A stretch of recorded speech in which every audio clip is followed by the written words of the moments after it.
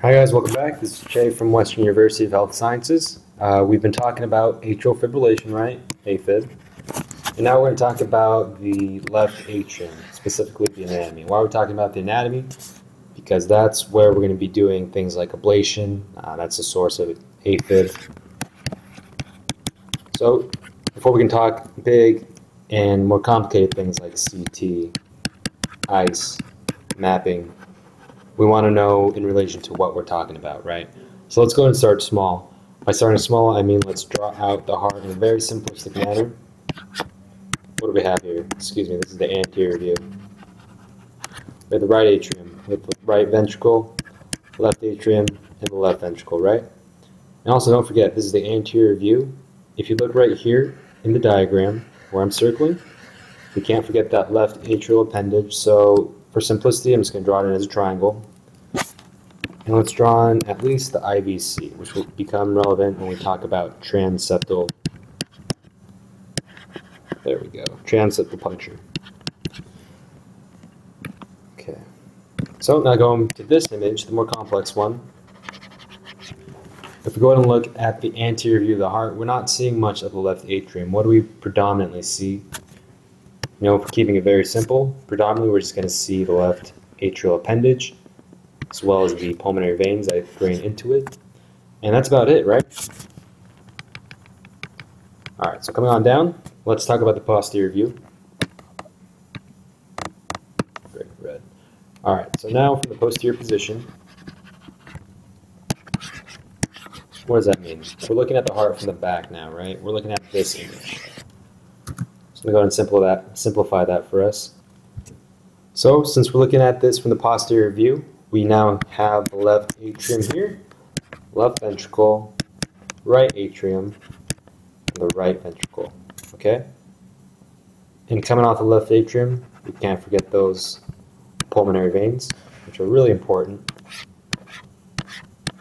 Why are they important? We talked a little about drivers, GPs. For clarification, try to go out back to the previous video. And also, on the anterior aspect, we're still going to have that appendage. Again, this is the most accurate drawing, but I think it helps flesh out some of the more important structures. And just to reemphasize the point, what do we have between the left atrial appendage and the left pulmonary veins? We got that ligament of Marshall, right?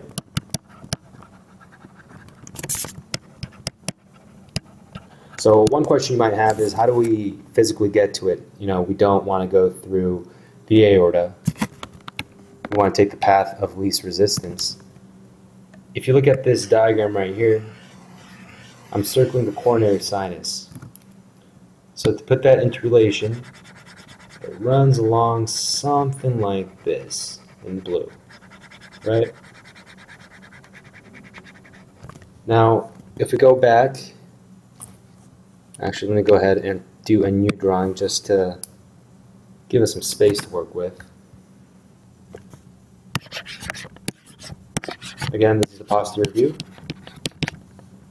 Left atrium, left vent, right atrium, right ventricle,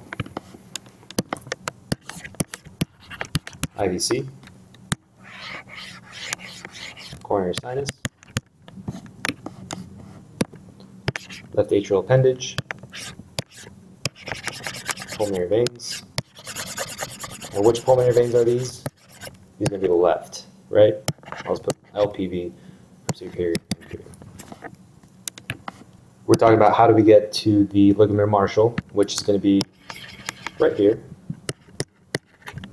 Right? So let's think about it. Anatomically, the easiest way to go about it is, since we're already going through the transseptal approach, we're already accessing the femoral branch to get to the IVC. We can simply go, you follow this line I'm drawing right here, to ligament of Marshall. Okay? So that was a little bit of a side tangent, but I think since we're on it, it's important to talk about. So let's appreciate these drawings on a little more accurate representation. So what do we have here? We have the inferior vena cava, superior vena cava. On the posterior view, we can see the left atrium pretty well. And look at its correlation to all these other important structures, right? We're going to talk about that in the next diagram. But see how close it runs to the pulmonary artery, arch of aorta, IVC, right? Also down here we have the coronary sinus, and the ever so important pulmonary veins. And these things matter because when we talk about ablation later on, we're going to talk about complications, what can happen, and the anatomy actually does play a very important part. Alright, so now we're going to take a look. Imagine as if we're just looking straight down into the heart, right? What do we see? Here's anterior, here's posterior, right? What is this? Mitral, tricuspid, aortic, pulmonic valve. So we briefly covered the transseptal approach. I'll talk about it below. But just to clarify, we're coming into the tricuspid. Let me change my pen color really quick. We're going to the IVC, coming to the right atrium, and we're trying to poke across right here, right? By poking across the septum, we've now gained access into the left atrium, right? And remember, left atrium has these bad boys, the pulmonary veins. Now, one interesting thing to take note of is that when you're trying to perform this puncture, look at how close it is to adjacent structures, such as the aortic valve, and more importantly, the aorta, ascending aorta. So, if you don't know where you're going, if you mispoke the septum, apologize, there we go. If you poke the wrong septum or you poke somewhere else that's not supposed to be, you can easily perforate through structures that we're actually trying to avoid. So knowing the anatomy is very important. So what I went ahead and did was I paused the video really quick so I could draw out this structure for you guys to the right. I'm going to go ahead and circle it. So take note, on the left, anterior is here, posterior is here. On the right, however, I flipped it, okay? So imagine you're laying down on your back. This is posterior, here's the anterior, and you're looking straight down, right? So what do we have? We have the tricuspid, mitral, aortic, pulmonic, and what are these? Some coronary arteries, right? I'm not going to go too in-depth into them, but this is going to be important when we talk about stent in a later video.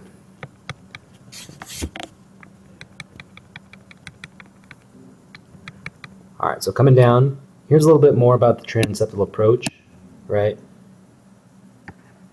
Coming up through the IVC, right atrium, into the left atrium.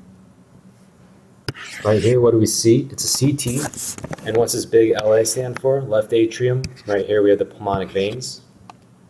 Now here, this is actually kind of cool. It's a 3D constructed image of what we've been, so up until now we've only been seeing 2D, right? But we know that the left atrium is actually a 3D structure.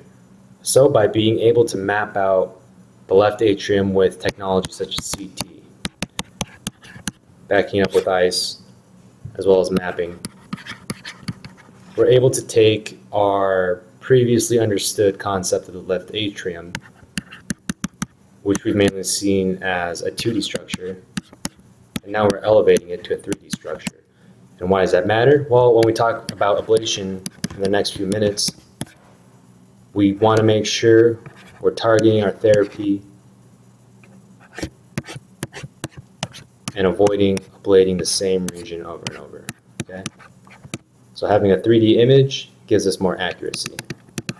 Don't worry about that for now, we'll cover it in a bit. So what I'm trying to show now is just some images of 3D reconstructed views of the left atrium, right? So let's run through this next one really quick. And again, this is still a work in progress, so the final image you might see might differ a little bit, but the concept is still the same. We want to take our understanding of the left atrium, right? This is just a very simplistic view. This is not the left atrium. This right here, this is left atrium. All right, so first off, let's orient ourselves. Let me change pen color really quick. What view is this, right? There's a lot of ways we can think about it, but most easily, let's just say this is the posterior view. So what does it make this? Left superior. Left superior what? We already said left superior pulmonic vein. What about down here? Left inferior pulmonic vein, right superior pulmonic vein, and right inferior. Okay? And these things matter because, again, as briefly mentioned before, we're going to be talking about ablation, and having these 3D images in mind, as well as visual representation, is going to allow us to get a more accurate, effective therapy. Let's scroll down again. What do you see in this posterior view? One second, sorry. All right, so posterior view, what do we see? Left inferior, left superior. What is that? Right superior, right inferior, right? And this bevel right here is the left atrium. But it's nice because you can start to orient yourself in a much more organized spatial manner. And we're not talking boxes anymore. We're actually seeing the physical layout. Okay. So what we see here, we see the left lateral wall. This is actually a really nice view. It's going to help us flesh out a few things. Right. First off, you go and circle it. In this view, just appreciate the heart and its relation to all the other nearby structures. Right. What is this? Left atrium, left superior, left inferior. What's LAA? Left atrial appendage, right? And as we had mentioned before, what's going to be, I'll keep it green. What's going to be right in this region? It's going to be the ligament of Marshall. Right? Now over here, what do we have? Right superior, right inferior. Again, similar concept. We're seeing the superior aspect of the left atrium.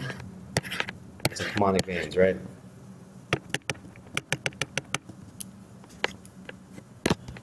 All right. And what do we see here? It's a 3-chamber wall view. So we see the left atrium. Notice how it leads into the left ventricles. And also, we have the ascending aorta. Right, and the point I'm really trying to drive home right now is just you need to appreciate that everything is close to each other. And remember, everything is beating. You're not working with a static object. It's in real time.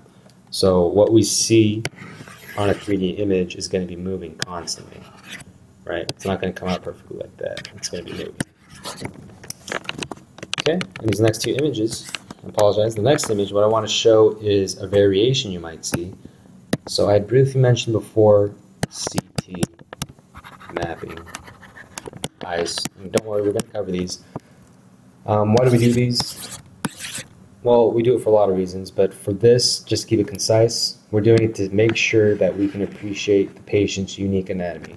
So for example, what are we seeing in this patient? A conjoined left ostia, right? What would this look like from the posterior view? Very simply, if we were to draw, something like this.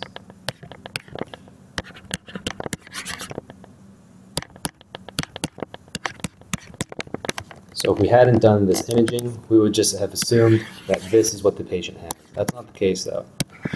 Each patient's anatomy is unique. So that is why we're talking about 3D imaging and why it's so important. So this image was talked about before, but let's cover it one more time since we have a little bit of a better understanding of what we're trying to deal with. Again, it's the left atrium. So here we have the AP view, right? What does this look like? The appendage. What are these? The veins. Right? So just make sure you can orient yourself. Pause the video if you need to. The most important, I'm not running through every little detail on this presentation. What I'm just trying to show you is the hot spots, the regions we want to be familiar with, right? And everyone's favorite, appendage, pulmonary veins. And one more time, ligament of Marshall. All right, now we're getting more towards the images of what we're going to actually be seeing when we're performing ablation. Okay, so now we're looking at a 3D image. How we got to 3D image will be discussed in a few minutes. But it's going to have to do with something we call CT, ICE, and mapping. Okay? So let's go ahead and orient ourselves to this picture right here. This picture right here. A quick way you can orient yourself is by looking at this patient's chest wall. Sometimes it might be a chest wall, other times it might be a face. which will be oriented accordingly, right? And that's just to help the operator remember which direction they're working in. So let's go ahead and take the time to pause here and just try to work through this diagram right here, right? To make sure we can orient ourselves. One interesting thing to note is that on some of these programs, there'll be something like a chest wall, sometimes a happy face, and that's going to help you orient yourself spatially so you have an idea of what angle of the left atrium you're looking at. Okay? So I'm not going to go ahead and go over all the specifics. I just want to cover some of the hot spots. What's this? Appendage. What's that? The appendage. What are these? The pulmonary veins, right? And you want to be able to make sure you can tell which one is superior, you can tell which one is inferior, and which is left and which is right. Moving down to the next image, we again have the same concept being driven home. Again, here's an anterior view, posterior view, cephalic, caudal, left lateral, right atrial, right? So, just one thing I want to point out real quick, left atrial appendage.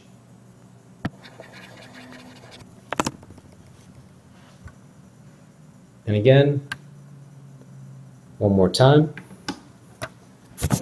using this diagram, same concept we've been talking about for a while now. Just make sure you can orient yourself in a 3D fashion. Okay, that's the big take home from these past few minutes. All right, so what are we gonna do now? We're gonna talk a little about ICE, intra. Let me write this out. Intracardiac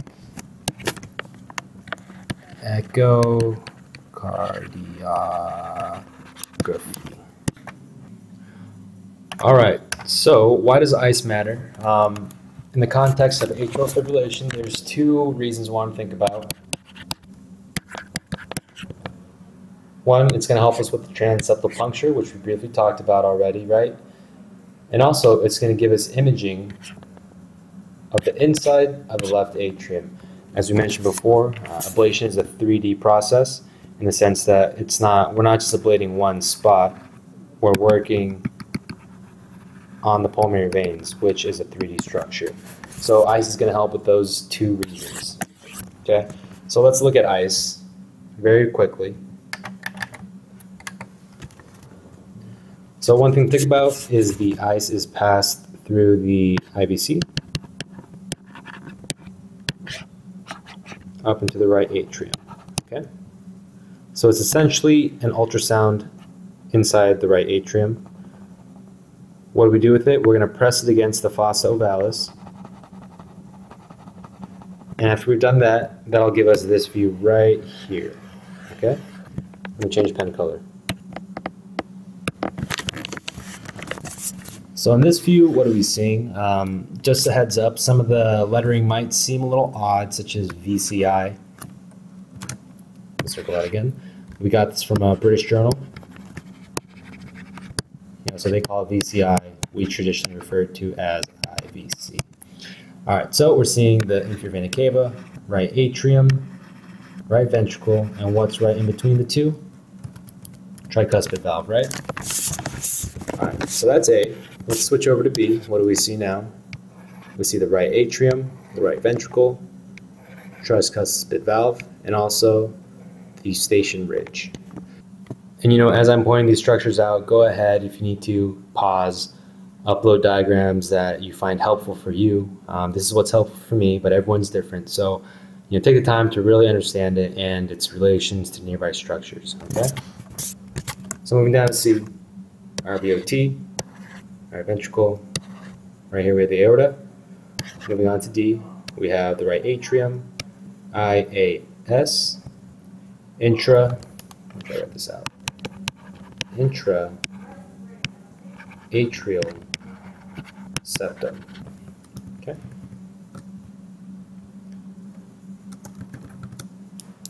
Going on to E, what do we have here? We have the coronary sinus, left atrium, right atrium.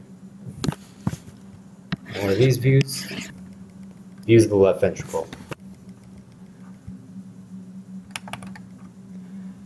Okay, so now that we have a good understanding of our landmarks, we need to ask ourselves, why does it matter? It's going to matter when we're doing the transseptal. Alright, so why do these views matter? It's going to allow us to, well, you're going to see these views a lot, specifically to help perform this transseptal puncture, okay? Now coming down, what we're going to talk a little bit about are the views of the pulmonary vein. Okay, so let's imagine this for a second. We have the left atrium, we'll say posterior view.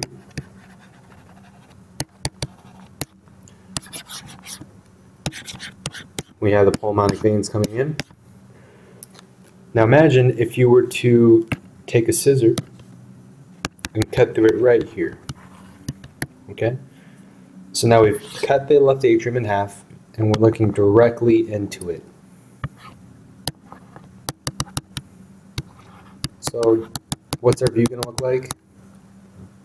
Our view is going to look something very simplistically drawn, something like this, okay? And this is going to be the left superior pulmonic vein, left inferior pulmonic vein. And that is exactly what we're seeing over here. So I'm not going to run through all of these. Well, let me back up for a second. Why does this matter? We had mentioned earlier this imaging that we want to perform on the inside of the left atrium, right? So let me write this down for us. Imaging the inside of the left atrium, and that's going to allow us to perform ablation in a much more specific manner. Okay, so let's go ahead and start off with some of the views. LPV, what is that? Left pulmonic vein, descending aorta, left pulmonary artery. Let's go back to this last image. Let me change pen color for 1 second. Right here with the esophagus. Moving on to the next image, a lot of the same stuff. We see the esophagus here. Left atrial appendage, the proximal portion. Left atrial appendage, the distal portion. Right, moving on to the next image, what do we see? Esophagus. Left superior pulmonic vein. Left inferior pulmonic vein. Left atrial appendage, proximal. LAA, distal. Descending aorta. And you can walk yourself through each image, right? You can see progression. Ultimately, what you want to do here is just pause the video and really try to appreciate all the highlighted structures. And below, you have an answer key. And I think it'll make more sense once we start to talk about how we construct this image. Okay, but right now, I just want to focus on the images that we see in ICE. So moving down, now we see the pulmonic veins on the right side. So again, if we were to take the posterior view, the left atrium, cut it in half, take our fancy little eyeball, look straight down it. What do we see? Pretty much the same thing, right? We should see, not always, but we should see superior vein and the inferior pulmonary vein. Okay? So again, that's kind of what's shown here. Right pulmonic vein, right superior, right inferior, as well as right superior. So by this point, we've talked pretty extensively about the left atrium, right? What does it look like spatially? Let me get onto a new page for us. We talked about the left atrium. We took it from the simple box and we created a 3D structure of it, right?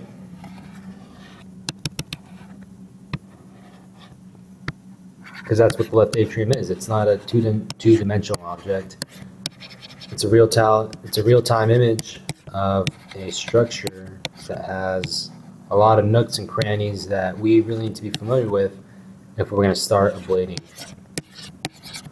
Okay, so by the end of this, I hope we can have at least an appreciation of some of the concepts that we'll see in left atrial anatomy, both on the superficial aspect as well as the internal aspect, okay? So go ahead and pause here and we'll come back and we're going to focus on ablation.